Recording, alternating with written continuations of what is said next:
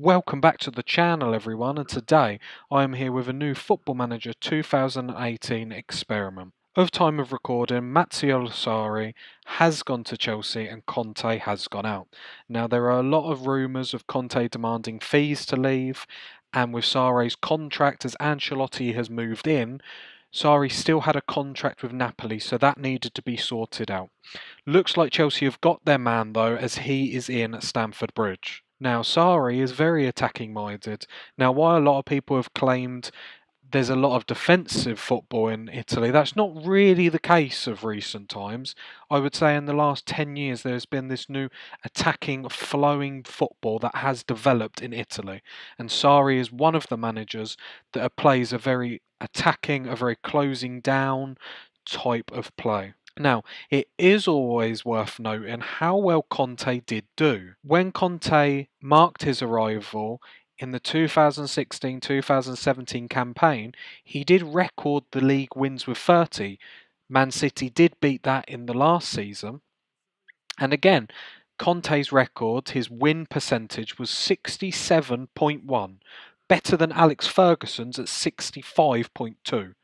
And of course, only bettered by Pep Guardiola, which reached 72.8, which is crazy. The major issue and the major criticism that Sarri has got is if we look at his history round here, apart from Napoli, I know you can argue a few others, but he hasn't been at a lot of big clubs. Is it a gamble? Probably. Is he a respected manager? Yes, he is, with managers like Claudio Ranieri coming out and stating that he would do well, as people criticised him when he first went to Napoli and said that he couldn't do it, and he nearly won honours at Napoli. Just in case we didn't know, Chelsea have got a huge honour display: 6 Premier Leagues, 1 Champions League, 7 FA Cups, 5 Carabao Cups and 4 Community Shields. Sarri will be looking to add to that, and I'm sure Abramovich will want that. Looking at the season preview, Chelsea are predicted to finish third. However, with the squad that they have, they should be looking for a title challenge, and I feel anything less than that, I would be very shocked if Sarri doesn't get fired. Now we're going to go to the beginning of January to see how Chelsea have done, then we are going to go to the end of January, and then the end of the season, and we are going to break this up in little sections to see how Sarri gets on as Chelsea manager. Let's go. We are back. Where do you think Chelsea are? So we're January 1st, have a guess. Come on. Have you guessed? Have you guessed? Right, let's crack on. Here we are, so we can see Chelsea are second in the Premier League. Only 2 points from Manchester United.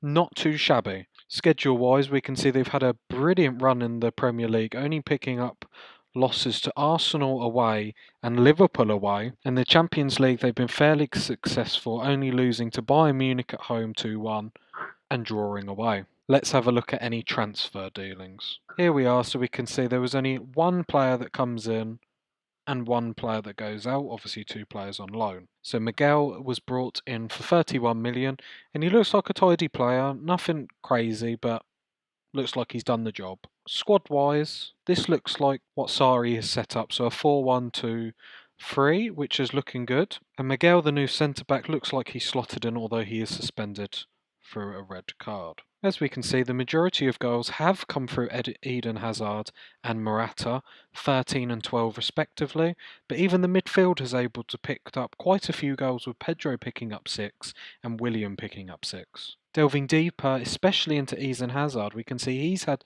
a fairly good run so far in 20 appearances, 9 goals, 6 assists, 3 man of the match performances, and an average rating of 7.66. As we can see here, his accomplishments with Chelsea are slowly growing, winning the Community Shield, 2 Manager of the Month awards, and progressing through the Carabao Cup and the Champions League, although I'm sure there's more emphasis on the Champions League. So I think we can all agree, so far so good. Let's get to the end of January, see if there's any more transfer changes, transfer dealings, see how they're getting on in the Premier League, and then we'll go straight to the summer to sum up this episode. To the end of the transfer window. Here we go. So eagle-eyed viewers would have seen what has now happened. So we're going to jump straight to the Premier League. So here we are. As you can see, Chelsea have romped up in front of Man United and found a 3-point gap. While their goal difference isn't as good, they have definitely won more games.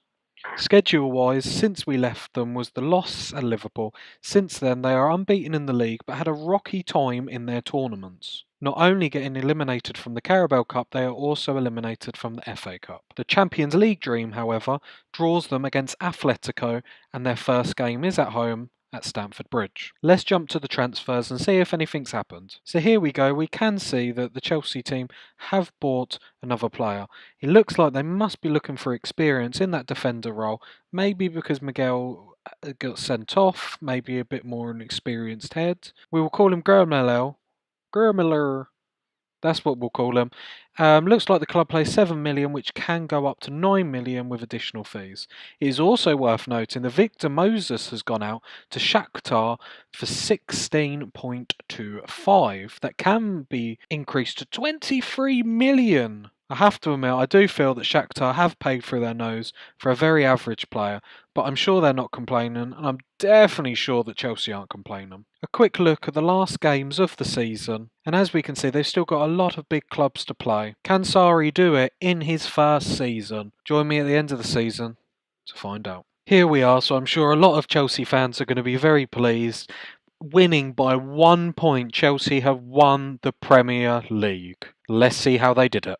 So here we can see in the final games there has been a really strong finish to the Premier League, losing to Man United 2-0, which would have made the title really tight at that point, and losing to Watford 2-1 away.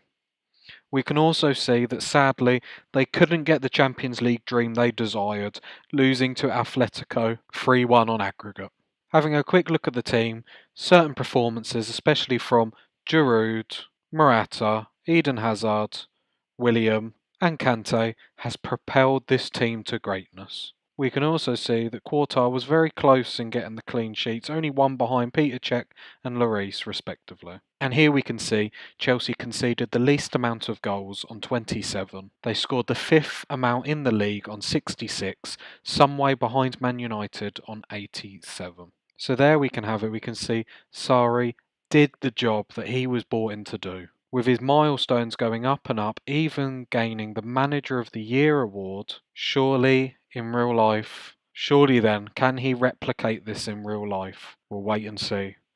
And now for a few honourable mentions for the save. As we can see, Sergio Aguero, of all people, has won the Ballon d'Or in 2017. He managed 16 goals in 21 appearances with 1 assist, with also an average rating of 7.8. Dybala comes second, scoring 11 goals in 25 appearances, however getting 12 assists and average rating of 7.86, which is brilliant.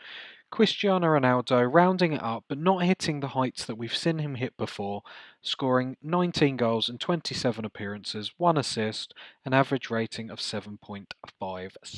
Next we can see the FIFA World Player of the Year, Eden Hazard gets it. We don't need to go too much into him, we've had a look at him at Chelsea, but boy has he deserved that. Robin and Cristiano Ronaldo also came second and third respectively. It is worth noting that Robin, however, only made 12 appearances, got 7 goals and 2 assists, which is very, very good. Then we can see the World Team of the Year, and the sad thing about this is Eden Hazard looks like he only has a spot on the bench. But it is a good team. There we go, everyone. Thank you for joining me for another FM18 experiment. I hope you enjoyed the video. If you want to see more of this content, hit a like, comment on what you'd like to see next. Would you like to see these go on further? Is there anything else that interests you? Any other experiments? Let me know, and in the meantime, you've been you, I've been me. See you later. Bye bye.